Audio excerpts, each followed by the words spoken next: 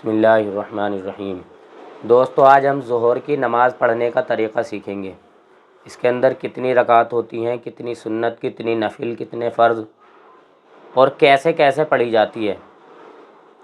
تو دوستو، سب سے پہلے تو یہ سمجھیں کہ اس نماز کے اندر 12 رکعت ہوتی ہیں، 4 سنت، 4 فرض، 2 سنت، 2 نفل۔ ہم کس طریقے سے پڑھیں گے؟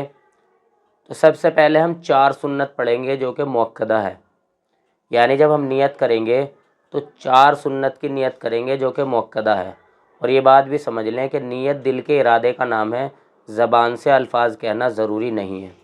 تو سب سے پہلے 4 رکعت سنت مؤکدہ پڑھیں گے، پھر اس کے بعد 4 رکعت فرض پڑھیں گے، پھر اس کے بعد 2 رکعت سنت مؤکدہ پڑھیں گے، اور اس کے بعد 2 رکعت نفل پڑھیں گے۔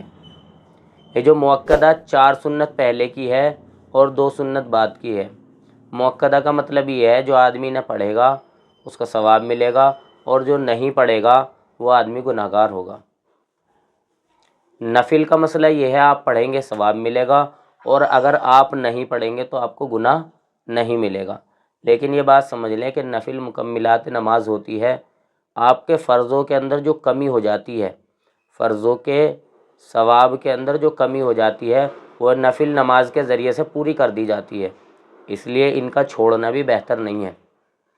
اب یہاں پر ایک بات بھی سمجھیں کہ اگر کوئی آدمی مسجد میں آیا اور اس نے دیکھا کہ اگر میں سنتیں پڑھوں گا تو ظہر کی رکعتیں نکل جائے گی یا نماز نکل جائے گی، اب اس نے امام صاحب کے ساتھ نیت باندھ لی، اب وہ یہ 4 سنتیں کب پڑھے گا؟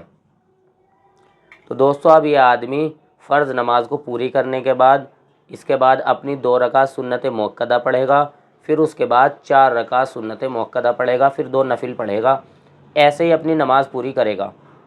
اور اگر اس نے ایسا کر لیا کہ 4 رکعت فرض پڑھنے کے فوراً بعد ہی 4 رکعت سنت مؤکدہ پڑھ لی، پھر 2 رکعت سنت مؤکدہ پڑھی، پھر اس کے بعد 2 نفل پڑھی، تو یہ بھی بہتر ہے، ایسے بھی ہو جائے گی نماز۔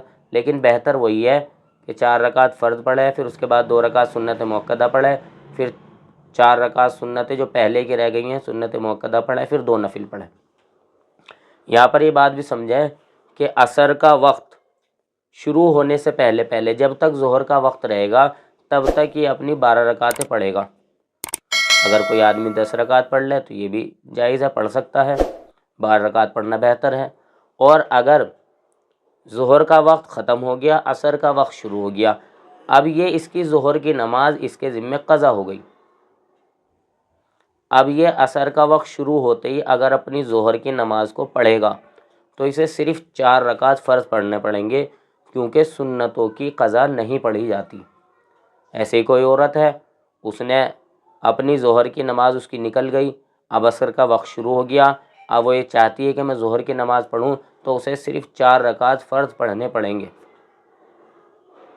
اگر مجبوری میں ایسا ہو گیا تو یہ گناہگار نہیں ہے، اور اگر جان بوجھ کے کریں گے ایسا، یعنی یہ کہ میں تو بعد میں پڑھوں گی، 4 رکعت فرض ہی پڑھنے پڑیں گے، تو اس کو گناہ ملے گا۔